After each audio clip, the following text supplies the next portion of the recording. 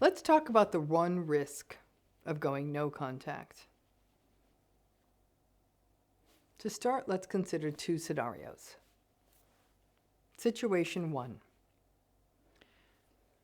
A person breaks up with or ends a relationship with a narcissistic person and almost right away goes no contact. You break up and done. Block them, done. The person in the relationship feels a tremendous sense of relief after the initial grief wears off and isn't having to deal that much with getting affected by angry texts or emails or calls, though sometimes the narcissistic person manages to get them in here and there.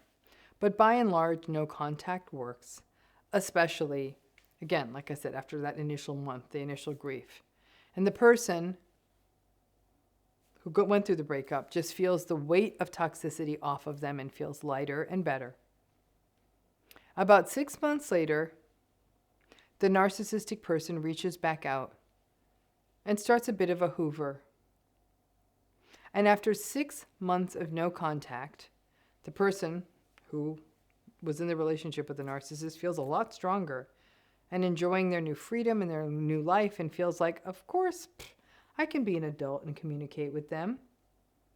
In a way, some of the memories have faded and there's not much to reinforce them because you're not in contact with them. Maybe even a little euphoric recall creeps in, maybe not. But a few texts, a few emails, a call here or there, nothing major. And then even the belief that, no way, no big deal, no problem. I ran into them at a coffee shop. We can have a coffee. I'll show them what they're missing. I'm healed.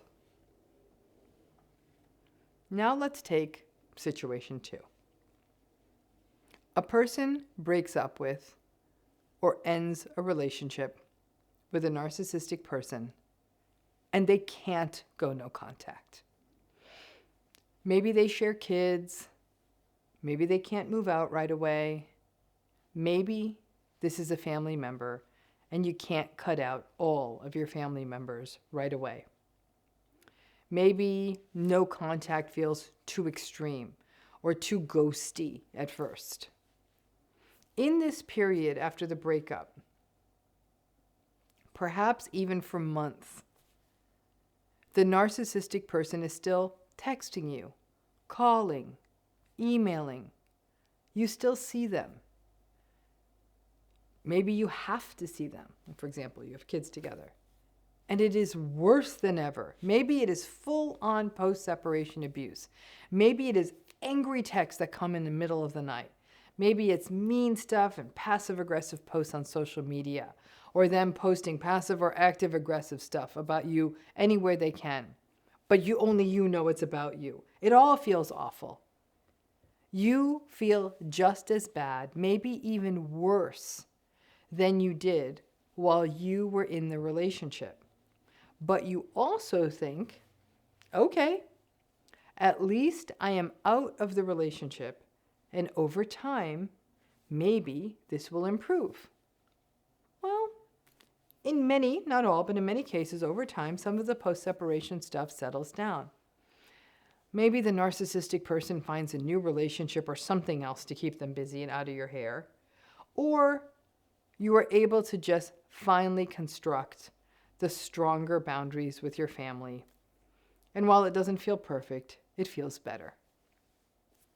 6 months pass. And there is contact from the narcissistic person. Well, you never stopped having contact with them. And you see their name in your inbox or in your texts or DMs, and you feel sick. And you take a minute to determine if they even need to be responded to. And either you do with a brief response and hope that the whole contact is done, or you don't respond at all and just hope you just don't have to deal with them again this day or this week or have to see them again too soon.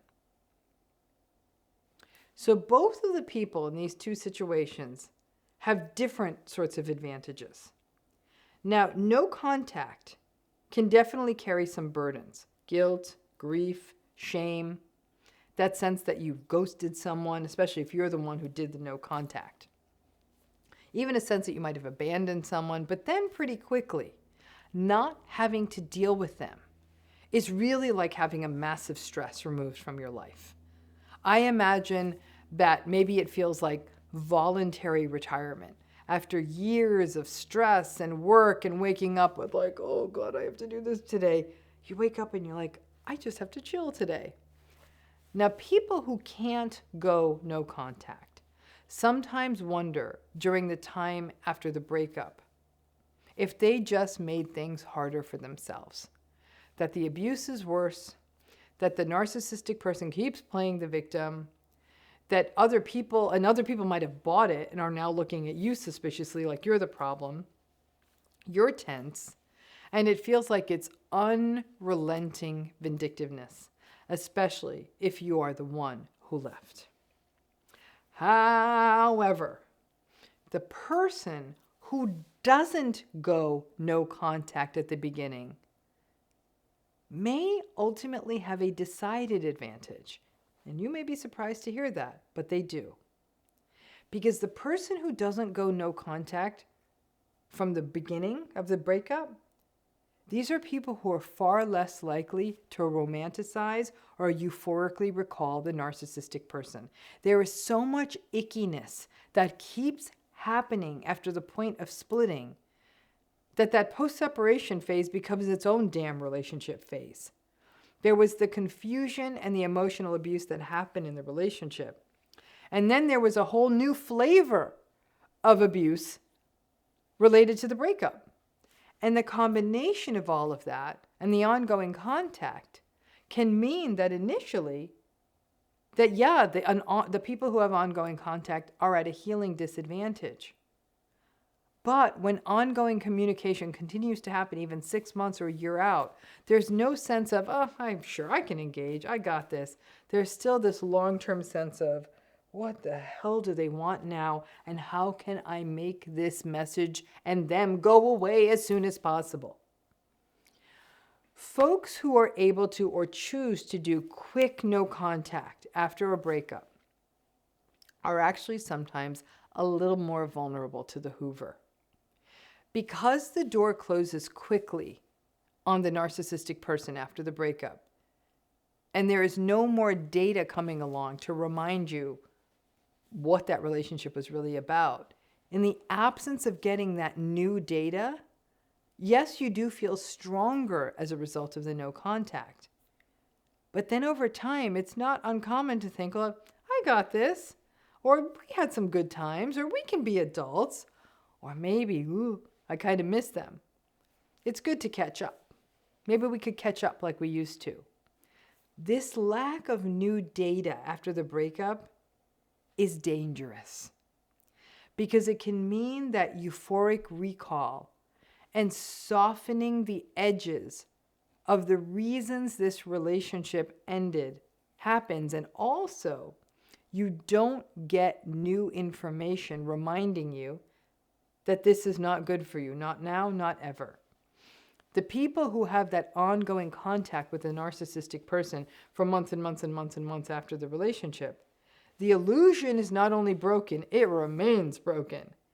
And there may be a better muscle for not engaging because you still have to engage sometimes, so anytime you don't have to engage really feels good.